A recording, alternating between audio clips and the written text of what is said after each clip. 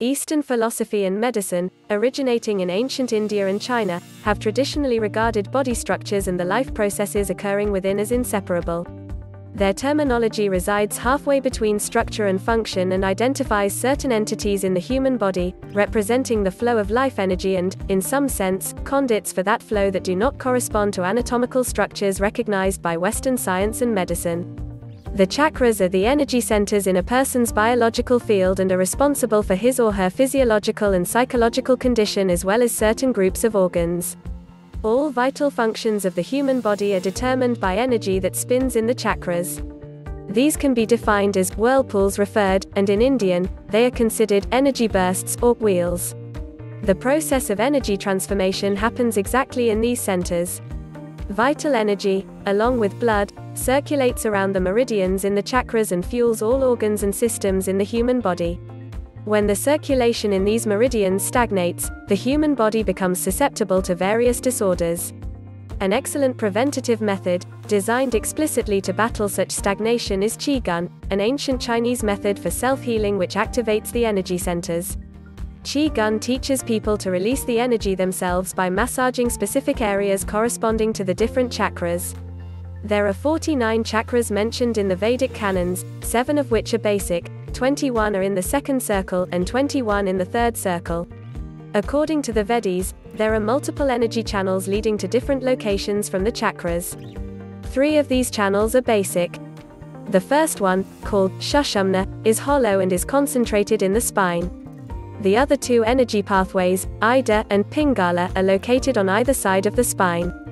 These 2 channels are the most active in most people, while Sushumna remains stagnant. The 7 basic chakras spin at high speeds in the body of healthy individuals but slow down in times of sickness or with advancing age. When the body is in a harmonious balance, the chakras remain partially open. Closed chakras are unable to receive energy, leading to various disorders. The first basic chakra, Muladhara, is located at the base of the spine in the tailbone area. Life energy, which is at the core of a strong and healthy immune system, is stored in this chakra. It is impossible for a person to become sick, old or even to die, before exhausting his or her reserves of this vital energy. The very will for life is controlled by Muladhara. It is also in charge of the bones and joints, the teeth, the nails, the urinogenital system and the large intestine. The first symptoms of a malfunctioning Muladhara are unreasonable fear, faintness, lack of security or faith in the future, leg and foot problems, and intestinal disorders. The interrupted activity of the Muladhara chakra causes lack of energy, digestive problems, diseases of the bones and spine, and nervous tension among others. The second chakra, Swadhisthana, is located at the level of the sacrum, 3 or 4 fingers below the belly button.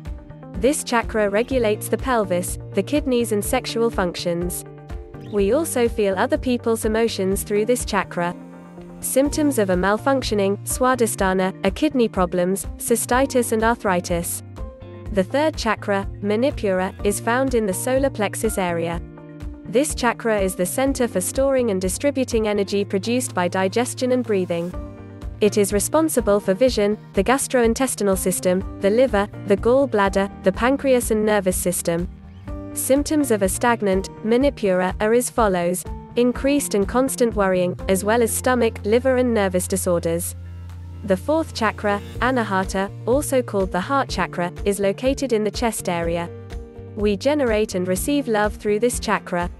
It is in charge of the heart, the lungs, the bronchi, the hands and the arms. Symptoms of stagnation include depression and cardiovascular imbalances. The fifth chakra, Vishuddha, is located at the throat level and is the center of analytical skills and logic. This chakra sustains the skin, organs of hearing, along with the trachea and lungs. Symptoms include a lack of emotional stability, discomfort in the cervical spine, sore throats, difficulties communicating, and esophagus and thyroid ailments. The sixth chakra, Adjna, is located between the eyebrows and is called the third eye. Here is the throne for the human brain. Adjna circulates energy to the head and pituitary gland and is also responsible for determining our harmonious development.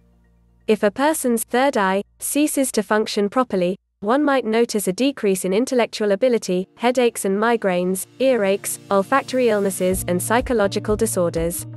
The seventh chakra, Sahasrara, is found at the very top of the head and represents the apex where an individual's energy vibrates with the highest frequency. It is considered a spiritual center and the entrance to the body for cosmic energy.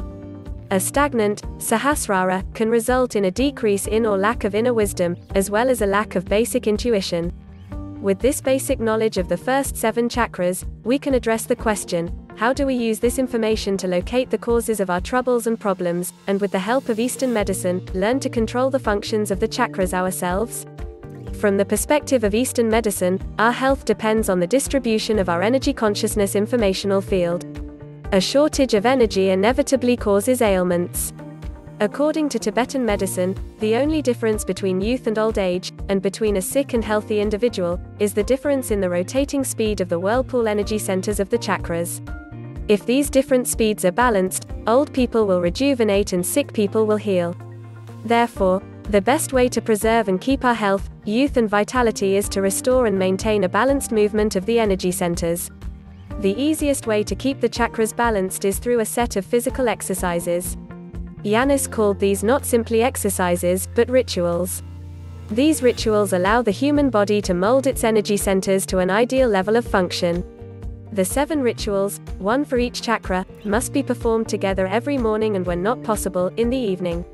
Skipping rituals unbalances energy distribution, and so for the best results, no more than 1 day per week should be missed. The daily chakra rituals are necessary not only for revitalizing the body, but also for achieving success in every facet of life. Once you learn how to transform your energy, you will also become happier, concluded Yanis. For learning these rituals, which have transformed many people's lives throughout the world, seeing them in action is much more effective than trying to follow written descriptions or diagrams. A DVD, available from Helix 7, Inc. www.feelingofhappiness.com, includes actual demonstrations of these rituals. Another method of keeping the chakras balanced and in their optimal half-open state is meditation.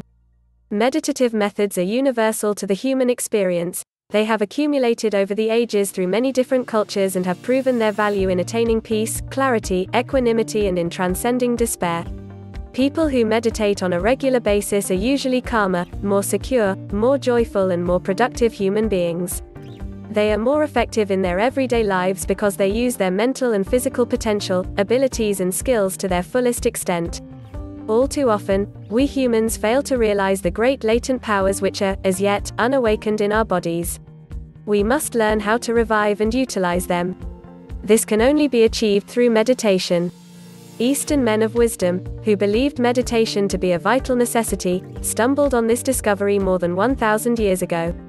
They learned to influence their inner organs and control their metabolism with the power of their minds. Meditation is to the mind what exercise is to the body. Mental strength can be built up just like physical strength. Just as in athletics, it is important for an individual to train his or her body, it is important for an individual to train his or her mind through meditation. The best time for meditation is early morning, preferably at dawn. Do not meditate when you are sad, aggravated, desperate or sick, because these intense emotional and physiological distractions make an enlightened state of mind impossible. For an effective meditation session, it is preferable to arrange for the undistracted silence of a quiet, clean room with flowers, or the soothing sounds of Mother Nature, near a lake, river, waterfall, woods or fields. Many different mental practices, having their origin in historical traditions, fall under the general heading of meditation. These paths of mental development can involve emotional and intellectual facets and may also be coordinated with specific movements. Meditation can be structured or unstructured. Dr. Wayne W. Dyer writes in his book Real Magic, the process of meditation is nothing more than quietly going within and discovering that higher component of yourself. Learning to meditate is learning how to live rather than talking about it.